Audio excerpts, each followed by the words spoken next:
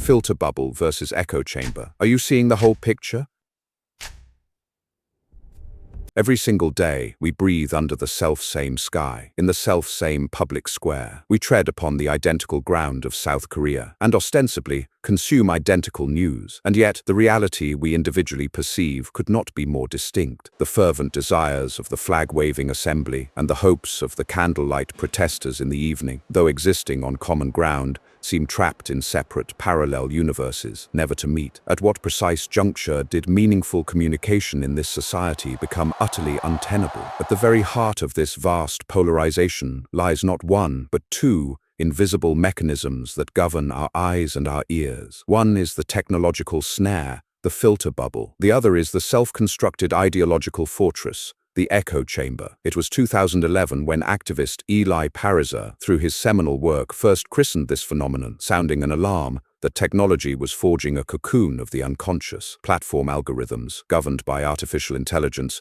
trace our every digital step, silently calculating exactly how many seconds we linger on a specific video clip. Yet the most insidious danger of the filter bubble is its invisible omission. It relentlessly prioritizes information tailored specifically for one's palate, while quietly filtering out any content that might provoke a values conflict from one's feed. A generation raised on short-form content and algorithmic feeds becomes isolated within a bubble of distorted consensus, suffering the illusion that the entire world thinks exactly like I do. Conversely, the echo chamber is forged by subjective, agentic choice. It is a concept legal scholar Cass Sunstein warned of as early as 2001, defining it as a fortress one willingly builds and enters precisely to have one's existing beliefs validated. Citizens of identical ideological leanings congregate in online communities, political YouTube channels, and closed group chats where they amplify one another's voices. As the internal cohesion of this chamber hardens, objective facts from the outside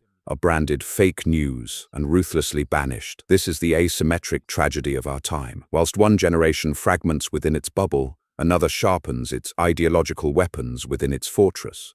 South Korea's powerful corporate media empires viewed this deepening polarization not as a crisis, but as a sterling commercial opportunity. Indeed, the very existence of a single media giant sheltering both the conservative-leaning JoongAng Ilbo and the progressive-leaning JTBC under one roof, reveals that for immense capital, ideological conflict was little more than a precisely calculated market segmentation strategy. This two-pronged approach initially yielded staggering success, yet the strategy spectacularly backfired as the echo chamber walls grew dangerously high. Ideological purity, demanded at 100% from both extremes, tolerated no nuance. Conservative readers abandoned the newspaper, denouncing it for harboring a progressive station, while progressive viewers deserted the channel, doubting the purity of its broadcasts. Ultimately, the once mighty media power that sought to commercialize the echo chamber itself fell prey to the fury of the polarization it helped cultivate. The result? It faced the gravest financial crisis in the company's history. As the populace seeking 100% pure confirmation bias abandoned legacy media, the vacuum was swiftly occupied by new media. YouTube channels and one-man broadcasters, untethered by professional ethics and explicitly championing partisan logic, turned into platforms for a new kind of congregation. Consider, for instance, a prominent figure like Kim Ayo-jun, who now operates what can only be described as a super echo chamber. The provocative title of his current program, It's Hard to Be Humble, is far more than a simple boast. It is an explicit declaration of confirmation bias, a bold statement that says, we are unapologetically right. It serves as the perfect symbol of an echo chamber where opposing views are not debated, but rather dismissed as unworthy of consideration. Legacy media crumbled under the impossible weight of objectivity, attempting to pander to both sides. New media abandoned that armor entirely to monopolize the demand of a single tribe. Mainstream politics now finds itself pandering to these massive echo chambers, marking the arrival of a dangerous new era where the fringe dictates the center. Until now, we have found solace in blaming technology. We have told ourselves that algorithms blinded the public and that this alone explains why our society is so polarized. Yet the latest academic research poses a profoundly uncomfortable question. Have the filter bubble and echo chamber truly been the prime accelerants of political polarization,